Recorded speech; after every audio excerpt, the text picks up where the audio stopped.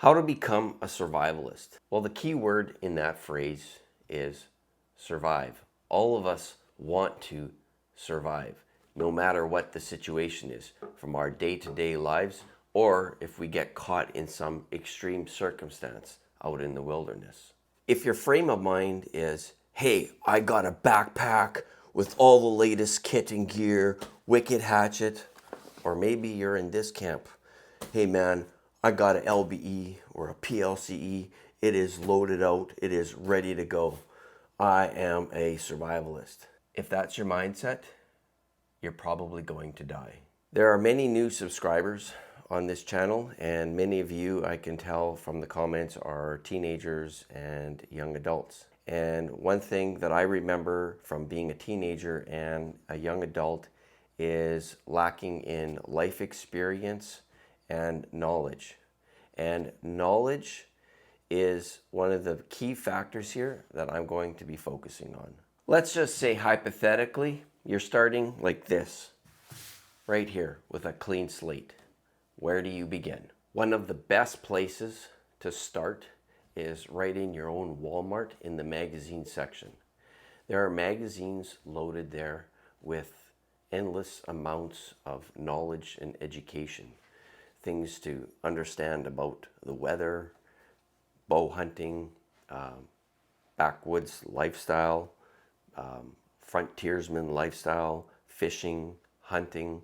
To truly take on the mindset of an outdoorsman survivalist, it requires a complete recalibration of your way of thinking. You have to move away from the gamer mentality, respawn, because out in the wild, there are no respawns. If you want to move beyond magazines, a good starter is finding books based around survival and the outdoors. So here, The Outdoor Life put out a book series on bushcraft and survival and then living off grid. These 3 books alone have all kinds of pictures, are full of great information and resources for anyone that is new to this lifestyle, or even if you've been in this lifestyle for 20, 30, 40 years. There's always something new to learn. Also is finding a small handbook. You can keep one of these in your backpack and reference it whenever you need to. A good one that I don't have here right now is the SAS Survival Handbook by John Lofty Wiseman. Now, because you're going to be in the outdoors, exposed to all kinds of fauna out there, a good resource is finding books on different types of vegetation, whether it's mushrooms, berries, edible and medicinal plants. These types of reference materials have been a great asset to me over the years, especially, learning different things about the medicinal properties in certain trees, because sometimes, hey, you might run out of your medication. Well, sometimes you can get that stuff right from the woodlands, right in your own backyard. Also, a good resource is just understanding storms and clouds. This is just a basic handbook on cloud formations, storms. So this is knowledge that you can go back to at any time, store in your brain, and these are the assets you need to become a survivalist. A great asset for me was purchasing a Backroads map book. This was really great and handy for learning about different trails and then being able to use your compass while on those trails. So a tool like this gives you lots of practice and it's a good reference. And it's really important to have something like this because GPS and things like that are electronics and they can fail. So having paper copies that you can go back to is a great asset for you. If you have the means to do it, take a first aid course. I've taken several first aid courses. This is really important to understand the basics of how to do, CPR, and if somebody is, choking, how can you appropriately respond in that situation to help save someone's life, right?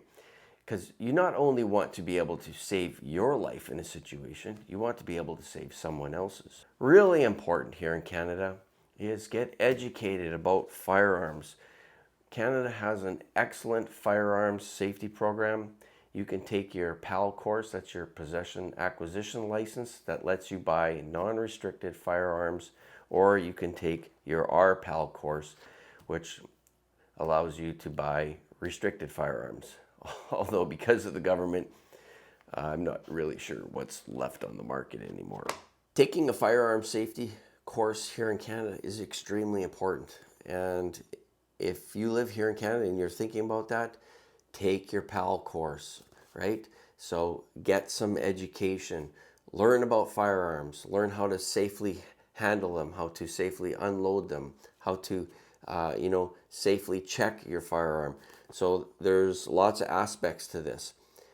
Just having a gun does not make you a survivalist, and it does not give you the ability to survive. The more knowledge you gain, the more confident you'll be in yourself, in your abilities to do different things and different tasks in the outdoors.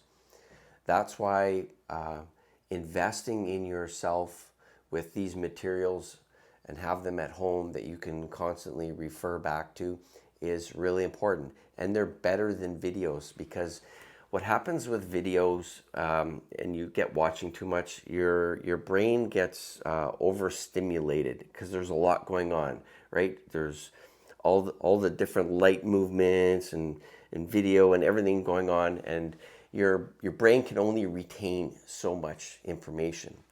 But when you take information from a book and you slow it down and you read it at your own pace, what you're comfortable with, your ability for your mind to grasp and comprehend concepts is a lot better. So investing in books is really, really important. Once you get expanding your knowledge bank, you're going to want to learn more and expand those tools and resources that you're storing in your mind. Learning about knots. There is lots of knots in here. I don't know many of these knots, but I learned a few knots that I use regularly that are extremely beneficial to what I do. So you may find something like that you find a few techniques that really work well for you, then stick with them, get good at them. If you happen to purchase a Grand Forest Brook axe, they send an excellent booklet on showing how to use an axe safely, describing the different parts of the axe, which is really great information if you're dealing with an axe or a hatchet. I don't own a Baofeng, but there is great resources. And I thought, man, I better get this book just in case it disappears, they become unavailable. So this provides really good resources on how to work with two-way type communication radios. If you want to take your information knowledge even a step further, now you can get into the more extreme aspect of survivalism and being a survivalist, as in books on how to survive in a war zone, say you were a civilian and you got caught in a war zone. Or maybe now you're a part of a resistance movement. Well, there are books out there, how to make improvised munitions, unconventional warfare, booby traps. I mean, booby traps were a big one used during Vietnam. This book, Total Resistance, is written, I believe, by a Swiss fella, and this is all on how to orchestrate and start guerrilla warfare movements. Now, Jeff, we live in a civilized society here in Canada. Why would I need a book on how to engage in guerrilla warfare? It's not necessarily that you're trying to create some type of illegal movement here in the country. What these books do for you is help train your brain to think outside the box, right? So when you come to a situation and you access it, you can use abilities like what's called pattern recognition.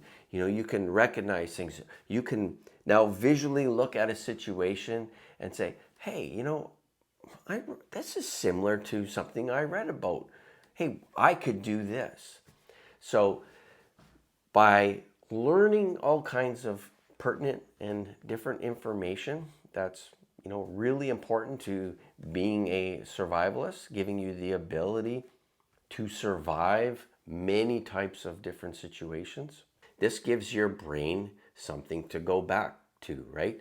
So your brain is very quick at responding that way. So if you find yourself in a situation, and because you spent the time in the past to read about something and educate something to yourself that's important, your brain can quickly pull back those resources and give you the ability to function in that unconventional environment. And why is that important? Because it displaces the fear factor. Fear is what immobilizes people. It puts them in a mental state where they are unable to actually function and respond to a given situation. That's why you want to educate yourself. That's the whole premise about being a survivalist and being able to survive is education. So you're educating yourself, and because you're educated, when you find yourself into a situation, you don't have to default to the fear aspect and let your body, mind, shut down. No, that's when you're at a point you can say, hey, I've got knowledge on this. I know what to do. The last part about being a survivalist brings it right back to home. Now, even for myself, this is an area that I'm not an expert at, and I ask questions all the time. And it is one of the reasons why I bought these books, so that if the internet ever goes down, well, I've got something as a reference, something that I can come back to. And that one is learning how to dehydrate food, home preserving, and modern pressure canning.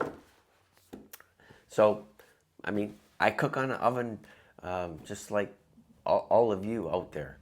But, when it comes to doing some of these long-term preparedness things, well, I've been pretty busy, trying to do what I do and work and stuff like that. So I don't take the time to actually, sit in the kitchen and can fruit. But I got a book on it so that I can fall back to it. And that's what's really important, because you're not always going to have the time to learn about different things. But if you pick up the books on how to do different things, well, you never know. Now you got a fallback. I'm sure by now you gathered that this does not make you a survivalist. It is a great tool in the hands of a survivalist, but to be a survivalist is all about education. It's about understanding your environment, the tools that you're using, understanding weather, your clothing. There's many factors involved in becoming a survivalist. And what it really boils down to is a change of mind, a change of mindset. You are changing the course and direction for your life. You're not just, walking down the city block and just expecting everything just to go all rosy, because societies have collapsed many times. Governments have turned against their citizens. Governments have tried, and even in this country right now, are trying to turn firearms owners into criminals. So having the ability to be a survivalist is about a mindset. And it is about having the frame of mind where you can say, you don't control me, you don't decide my outcome, You don't get to decide if I live or die.